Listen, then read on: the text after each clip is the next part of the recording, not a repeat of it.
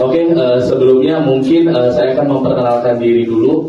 Perkenalkan, nama saya Valentino. Saya adalah salah satu mahasiswa dari Universitas Bina Sarana Informatika. Kebetulan saat ini kami sedang ada proyek yang dimana ini berkaitan tentang sosialisasi, yaitu tentang dasar Pancasila. Yang hari ini kita akan membawakan temanya adalah Persatuan Indonesia. Seperti itu. Lalu di sini sudah saya membawa rekan-rekan. Yang pertama ada Ibu kakak atau kakak Dian. Lalu selanjutnya yang sebagai kameramen di sebelah belakang sana itu ada Kak Sofi. Halo Kak Sofi. Lalu di sini juga ada rekan saya atas nama Kak Ulina gitu. Lalu selanjutnya di sini ada Kak Ia gitu. Jadi di sini kami ada berlima untuk menyampaikan materi hari ini. Sebelumnya kami ucapkan terima kasih juga kepada teman-teman semuanya yang sudah hadir pada hari ini dan kami diberi kesempatan untuk menyampaikan materi hari ini. Kita bisa sebutkan dulu Pancasila pertama, kedua, ketiga, keempat, sama kelima. Oke, kita bareng-bareng ya buat Pancasila itu isinya apa aja sih sebenarnya. Oke, yang pertama mungkin bisa menyebutkan Pancasila pertama ada apa? Berbunyi seperti apa? Ketuhanan yang Maha Esa. Dua, yang ketiga Persatuan Indonesia. Yang keempat dalam perwakilan. Lima, keadilan sosial bagi seluruh rakyat Indonesia. Oke, terima kasih, tepuk tangan buat semuanya. Nah, di sini juga ada nih tadi dampak positif sila ketiga kita dengan menjaga kesatuan bangsa. Nah, yang ini ada dampak negatifnya nih kalau misalkan yang terjadi jika tidak menjaga persatuan dan kesatuan di sekolah.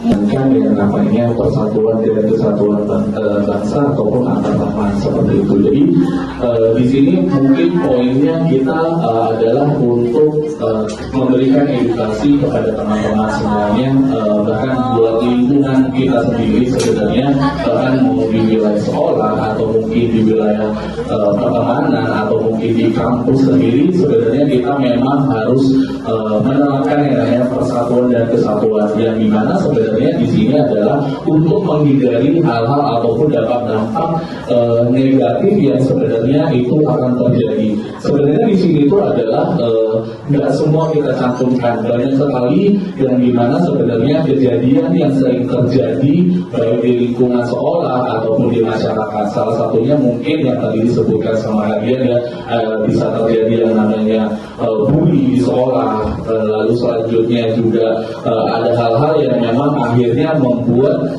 situasinya tidak baik. Ya contohnya mungkin ini kita sudah memberikan pendidikan yang baik di sekolah seperti itu, tapi karena kita mempunyai sifat persatuan dan kesatuan yang tidak baik, akhirnya menimbulkan satu kelompok yang memang itu menimbulkan kerusuhan. Ya salah satu contohnya mungkin ya ada tawuran. Biasanya kan sering banget ya terjadi di kota-kota besar, mungkin karena memang rasa yang memang kadang-kadang antar sekolah atau mungkin antar siswa mereka mempunyai satu geng khusus yang memang mereka berselisih. Akhirnya mereka bisa memanggil kelompokan sendiri untuk melakukan tawuran. Nah itu adalah salah satu bentuk yang dimana dampak yang negatif yang terjadi. Even sebenarnya itu adalah salah satu yang melakukan adalah seorang yang berpendidikan atau mungkin anak sekolah sendiri gitu.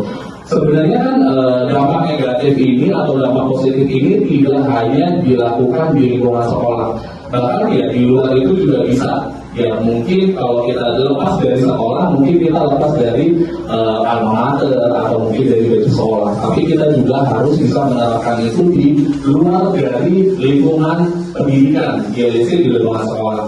Bahkan yaitu banyak sekali dampak-dampak negatif yang bisa kita ambil dari Pancasila ini. Salah satu lagi yang mungkin kita juga bisa di lingkungan rumah atau di keluarga. Salah satunya mungkin menjadi keluarga Indonesia. Kita hidup itu adalah berbangsa dan bernegara. Lalu selanjutnya tentang menunjukkan sikap rela berkorban demi bangsa dan negara. Nah ini biasanya mungkin salah satu contohnya mungkin jika teman-teman adalah salah satu siswa yang berprestasi, mungkin teman-teman bisa membanggakan Indonesia dengan cara apa ya? Dengan cara mungkin teman-teman mengikuti olimpiade atau atau mungkin teman-teman bisa mengikuti prestasi lain yang di bidang mungkin akademik atau non akademik, bisa jadi mungkin di bidang olahraga dan lain sebagainya. Seperti itu, untuk tujuannya adalah membanggakan negara Indonesia seperti persatuan dan kesatuan. Mungkin contohnya juga bisa yang terjadi saat ini pada kami sebagai mahasiswa, kita punya tugas dari dosen, akhirnya kita membentuk yang namanya persatuan dan kesatuan, yang dimana kita sebenarnya tidak mengenal. Bahkan saya tidak mengenal kakak Bian atau mungkin Kak Sofi dan sebagainya. Saya tidak mengenal, bahkan kita adalah salah satu mahasiswa baru, yang dimana kita dari berbagai daerah, kami dari Sumatera, ada yang dari Jawa, ada yang dari Aceh dan sebagainya. Akhirnya kami bertemu dalam satu komunitas yang dimana kita bertemu dalam satu kampus yang sama, dan kebetulan kami mempunyai tugas yang sama dan dibentuklah satu kelompok. Nah, itu adalah membentuklah sifat atau persatuan dan kesatuan bangsa itu. Dan akhirnya kita yang tadi tidak mengenal, akhirnya kita tidak mengerti dari agama mereka apa, sukunya mereka apa, tapi kita bisa mempersatukan diri kita untuk mempunyai visi dan misi yang sama. Goalsnya kita untuk tugas ini adalah teman-teman juga paham terkait persatuan dan kesatuan. Pertama, sila yang berbunyi Persatuan Indonesia memiliki simbol apa? Nih, saya tidak tahu nggak? Sila ketiga itu lambangnya apa? Yang ini ya, oke, benar. Tepuk tangan dong.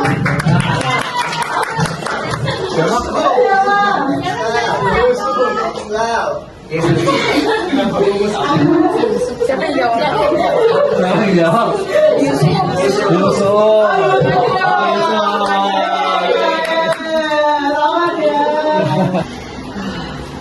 Kalau sedikit aja jawabannya. Sebelum aku masuk ke sini tuh, aku mondok di pondok pesantren selama 8 tahun. Ya kagum banget, tetap minum tahun banget sedang ngaji. Dan saya cuma bilang, ya gimana lagi kalau lihat dari ekonomi dan buku. Di bicara sendiri juga nggak mau keluar, tapi kan apa sih suruhan orang tua buat keluar, ya udah sih harus nurut aja karena itu kemauan orang tua. Terus di pondok itu Chelsea nggak pernah belajar yang namanya kayak IPA, IPS, KM, MPK, jadi kayak fokus ke agama. Setelah